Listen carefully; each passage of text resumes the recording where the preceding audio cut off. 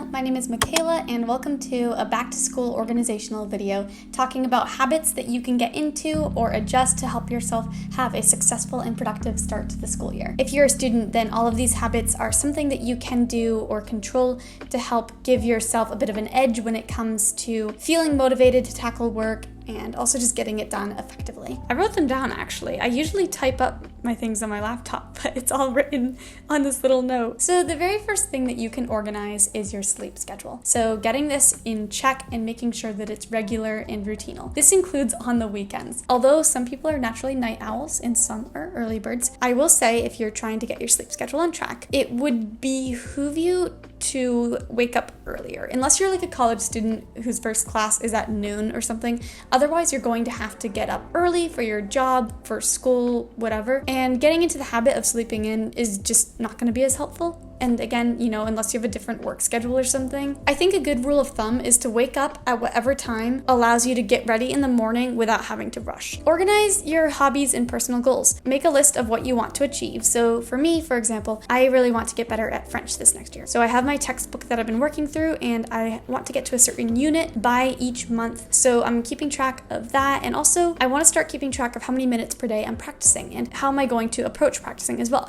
Speaking, listening, writing, reading, all these different areas. So keeping track of your hobbies and personal goals can be really inspiring and can make you feel accountable to actually follow through and achieve them. So definitely try to keep track of all of these, whether it's playing a musical instrument, practicing a sport, learning a language, anything like that. Of course, keep track of your academics. And I know this is very vague, but one habit that you'll really want to get into with organization is keeping track of all of your deadlines and assignments, keeping them in one place and having an organized system, whether it's on your laptop or physical. Make sure that you know what you're going to be doing this school year for how you're going to keep track of and stay organized with all your schoolwork. Next, meal plans. So you don't have to make a calendar of what you're having each day because that would be difficult.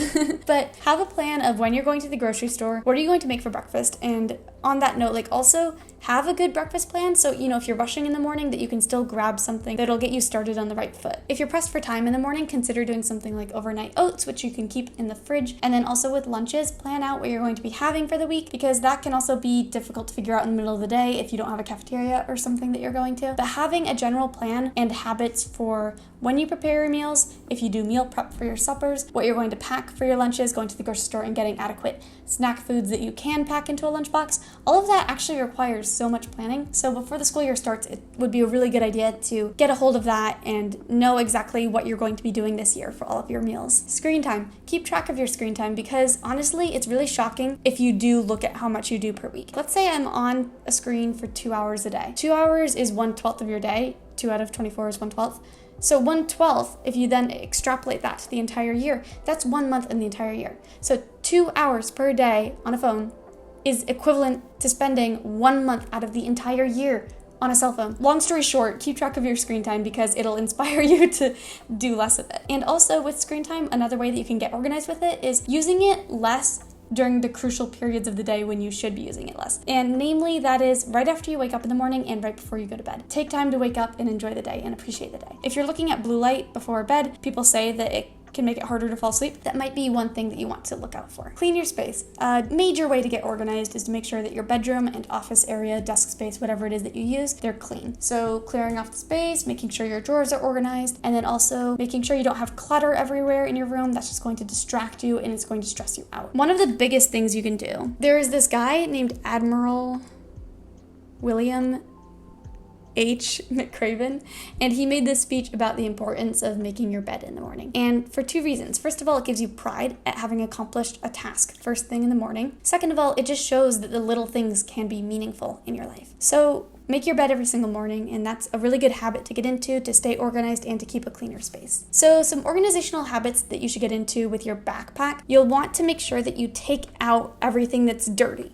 So at the end of the day, rather than leaving, if you've packed a lunch, rather than leaving your apple core and your sandwich crust or whatever in your lunchbox, make sure to take it out, clean it, put your ice pack back in the freezer, that sort of thing. If you work out while you're out at school, make sure to take out your dirty gym clothes. And then in the morning, make sure it's packed up nicely. Have a list of things that you need to put in there that you need to have each morning. Planner, charger, earbuds, homework, laptop, feminine products, calculator, extra batteries for your calculator. Whatever it is that you may need, have a list of that and make sure that you've got it in the morning. Get organized with your physical activity. So this basically just means make sure you're doing something that keeps you from being stagnant all day long. And that can be as simple as walking for 10 minutes a day. It can be as extreme as joining a sport that you do for 2.5 hours each day. Whatever it is, just make sure you've got something to shake up your day and prevent yourself from sitting at a desk all day long. Okay, this next one's one of the most important, and it's geared a bit more towards college students and grad students, of course, but one thing you really should get organized with and stay